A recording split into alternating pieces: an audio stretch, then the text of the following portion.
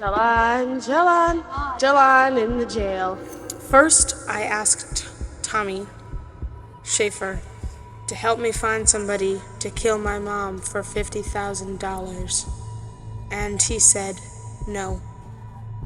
After that, I got this whole new savage idea in my head that I wanted to kill her in a hotel room. I don't mind the one I don't like is the blonde one. Her. I can't stand her.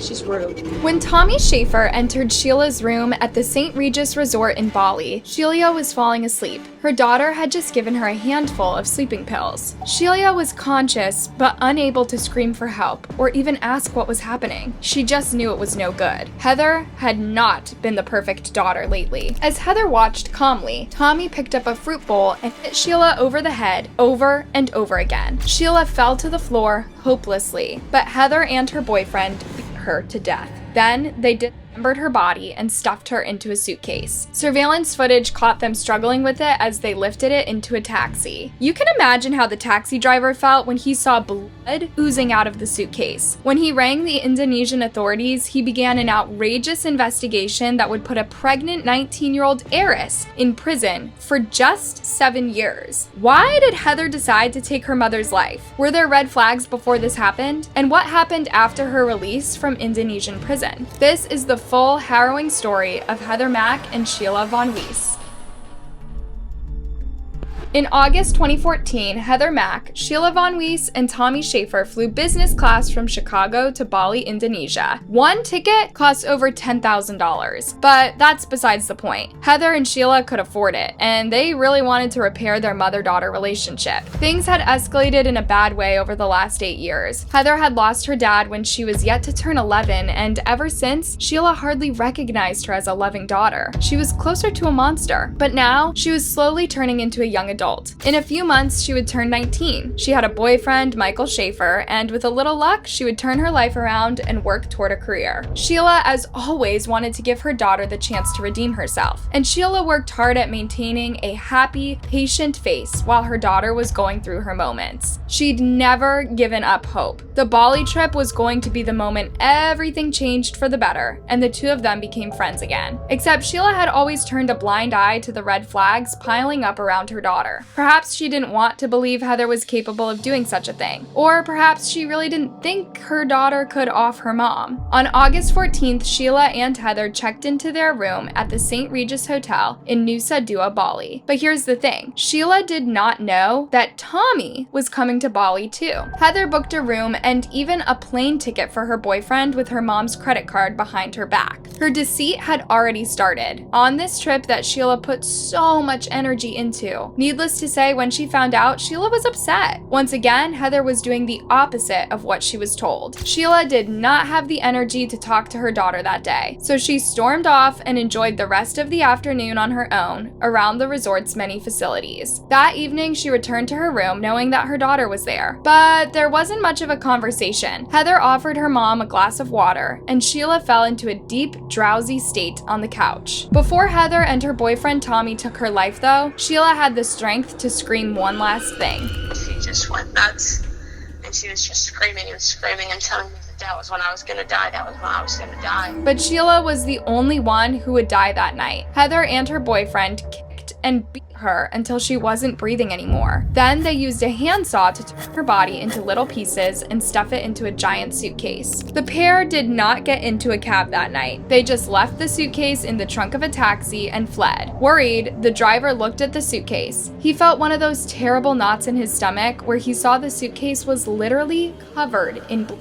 It was still oozing out of it, into his trunk. So he drove as fast as he could to the nearest law enforcement station. Within an hour, the body in the suitcase was identified as Sheila Ann Von Weiss, and her killers were identified as her daughter, Heather Mack, and her boyfriend, Tommy Schaefer. The authorities had their names, photos, and ages, all from their hotel reception. By the end of the day, they were found at a budget motel less than a mile away from the Saint Regis Resort. they were immediately arrested, and their walk of shame through an Indonesian jail made its way to every news outlet in the country. But this young couple didn't confess. Heather in particular put on a great show. She said she was in great distress. An armed gang had just attacked the three of them, and her mother had been unalived. She and Tommy had barely escaped with their lives. That's why they had to run to a motel. Sure. But why not run to a police station? Just saying. And when the detectives traced their cell phones, they unveiled a digital trail leading to Sheila's last moments alive. Heather and Tommy had meticulously planned Sheila's slaying. They were charged with first-degree murder, and the complicated backstory of Heather and Sheila was slowly unfurling.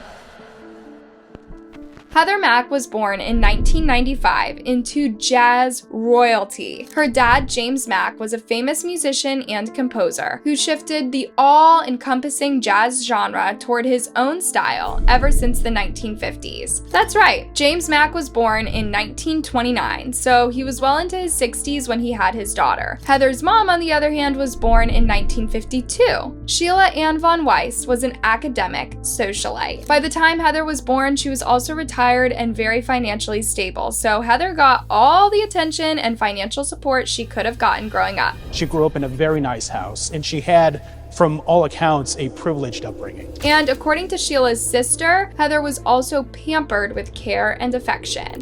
Of course, they doted on her. She was a precious little baby girl and my sister's first, only child.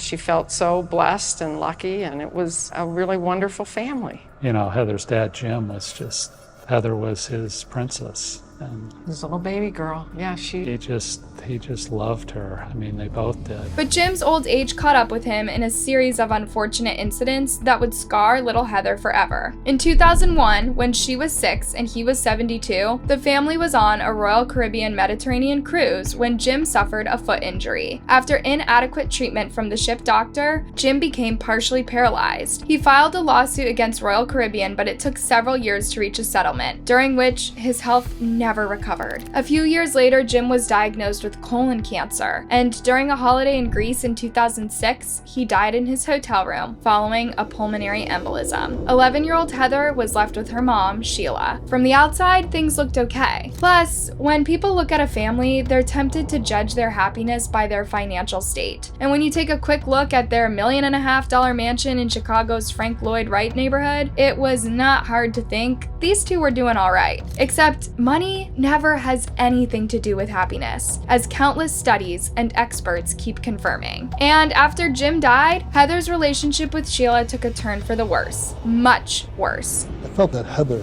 after her father died, began to slowly see her mom as a bit of a competitor for attention. Many kids start acting out during their teenage years, but Heather was something else. She was defiant toward any type of authority, to the point that she showed signs of oppositional defiant disorder. That is, a really short temper, blaming others for her own misbehaviors, refusing to follow orders, annoying people just to get a reaction, and pretty much doing the exact opposite of everything she was told.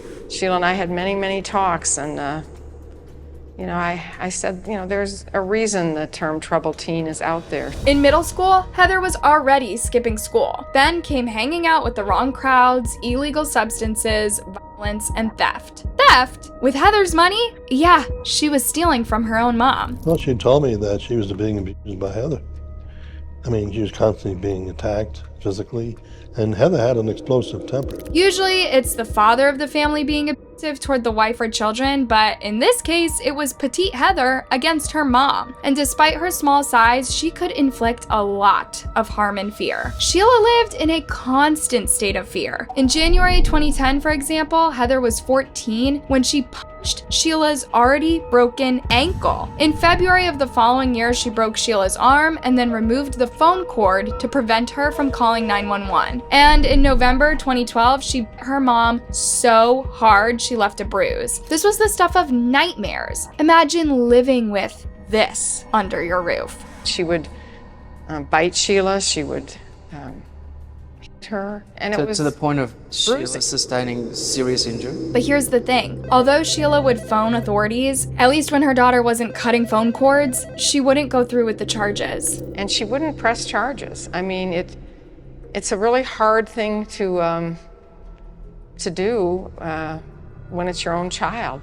You know, and I would, talk to her about, you've got to start treating your mom with respect. You've got to start going to school. You can't do this anymore, Heather. Sheila's sister Debbie was not the only one who saw this, but she was the only one who raised the alarm bells over and over again. She would tell her husband she was worried for Sheila's life and constantly talked to Heather, urging her to calm down. Heather's personality never really changed, but the adults around her kept their hopes up. After all, many teenagers are unnecessarily rebellious, and their parents give them all the freedom, care, and support that they need. Sadly, none of the adults in Heather's life realized that she was a lost cause, or at least a person they had to stay away from. And this would come at a great cost.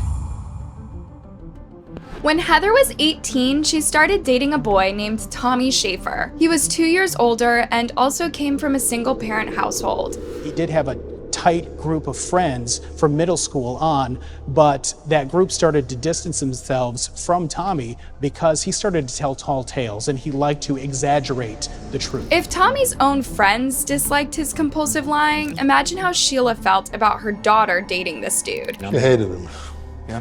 She thought he was a bad influence. So it's safe to assume Sheila's world crumbled when Heather brought him along to Bali on her stolen credit card. And it would get worse than that. Heather proudly told her mom she was pregnant with Tommy. This meant two things for Sheila. First, there goes her daughter's chance at a college degree and a respectable career. Or at least there would be a significant delay to it. But Heather never seemed motivated by that idea in the first place. Second, she would father a child to a young man Sheila despised. A compulsive liar with a similarly short temper and a bad crowd was not going to be a good dad. Sheila knew. Sheila and Heather fought through the night about this. There was no resolution. Heather was not going to end the pregnancy, and Sheila did not know what to do with her daughter. She didn't want her stealing from her anymore. She didn't want any more DV from her, and she sure as day did not want Heather to have this baby, only to show it the same kind of abuse. But Sheila did not know that her fight was in vain. That night, she would lose her life to Heather and her boyfriend. Less than 24 hours later, Indonesian authorities began uncovering the nasty texts between Heather and Tommy, sent over the previous months. Sheila's demise had been planned down to every detail, except the plan wasn't very bright, not the killer's. This is what Tommy wrote to one of his friends 6 months before his trip to Bali. "So that bitch Heather is crazy, huh? She asked me to do something really insane. She asked me to find someone to kill her mom for $50K. And when Tommy couldn't find a paid assassin, the teen couple resorted to unaliving Sheila themselves." This is what Tommy wrote to Heather weeks before Bali. Does she swim? Plus a bunch of emojis suggesting that they drown her. How did these two think that they wouldn't get caught? Also, Tommy must have been a really loving boyfriend, calling Heather the B word while talking about her with a friend. And the loving couple continued planning Sheila's slaying via texts while they were in Bali. Yeah. They didn't even meet face to face to hash out the most horrible details. Heather and Tommy were text messaging back and forth after Sheila and Heather had gone back to their suite. In one text, Heather wrote that she would try to unalive her mother with her own hands. This followed. "Tommy, try your best. Can you whack her in the head with a big-ass bowl? Heather, can you? Tommy, yes. Come in the hallway right now." This is Tommy with a fruit bowl hidden in his shirt seconds before he entered Sheila's room. Tommy hid in the bathroom while Sheila was slowly falling into a deep, sleeping pill-induced sleep. Meanwhile, he and Heather were still texting. Among their last texts was an attempt to make Sheila look like she was drunk when she slipped and fell, hitting her head. But then a simple question. Why did they beat her to death and dismember her body? Yeah. Heather and Tommy were not the smartest killers out there. If taking Sheila's life wasn't disgusting enough, watch Heather's attitude following her arrest. They thought he was gonna run. She enjoyed the attention. And while Sheila's family was in shambles, she showed zero remorse. Their hearing was straightforward. With so much evidence against them, Tommy and Heather could not talk their way out of this. However, their sentences were more lenient than those that they would have received in the US. Tommy was sentenced to 18 years behind bars, while Heather received only a decade. According to her attorney, Heather did show remorse once she was off camera. We're asking her, don't you feel sorry for your mom that she already gone? Yeah, I did.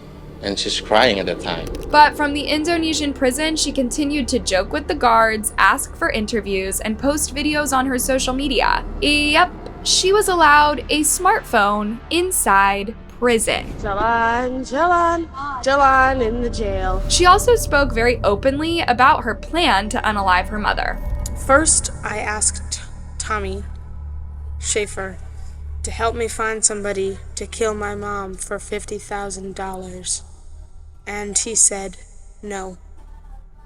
After that, I got this whole new savage idea in my head that I wanted to kill her in a hotel room. Yeah. Heather claims that she believes her mom unalived her dad all those years back in Greece. It's unclear whether she believed that since she was 10 going on 11, or if this is something she concocted after she took her life, a sort of excuse of doing what she did. Except no one thinks that's an excuse for taking a life, especially your own mother's. Plus, her dad was in his 70s and suffering from a slew of devastating illnesses. Simply, no one is buying her justification. Heather also gave birth in prison to a daughter. Here she is cradling her and trash talking a fellow inmate. I don't mind them. The one I don't like is the blonde one.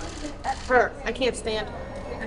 She's rude. Heather was allowed to raise her daughter in prison, to the shock of her family back in Chicago. They would have preferred the little girl to have a more normal, safer life with them. In 2021, Heather was released from prison for good behavior. She had served just under 7 years. But she was not free yet. As soon as she landed in the US, she was handcuffed and taken in by the FBI. In the summer of 2023, she pleaded guilty to 1 count of conspiracy to commit murder. She will be serving 26 years in a Chicago prison. Tommy is still serving his sentence in Indonesia, potentially facing a life imprisonment sentence once he steps back on US soil. These two got a reality check as soon as the deed was done. It's heartbreaking that they thought they could take an innocent life without consequence. Perhaps Heather's privileged background led her to believe that she could get away with murder. It's also heartbreaking that she showed little remorse afterward, and that she tried to pin her crime on her mother. Remember how people suffering from oppositional defiant disorder tend to blame others for their own misbehaviors? Yeah. Maybe Heather was never diagnosed, maybe she needed therapy or pills, maybe her misbehaviors were cries for help, but this is just speculation. Her poor family was at its wit's end for years, and nothing could have prepared them for Heather's last violent act. Thankfully, it will be a long time before she's out on the streets again. Let's just hope she and Tommy can be rehabilitated and that Sheila's family are able to live a normal, happy life outside the haunting summer of 2014. Thanks for tuning in, guys. Let me know what you think about this case in a comment down below. And before you leave, you know the drill. Like, subscribe, and hit that bell button. See you next time.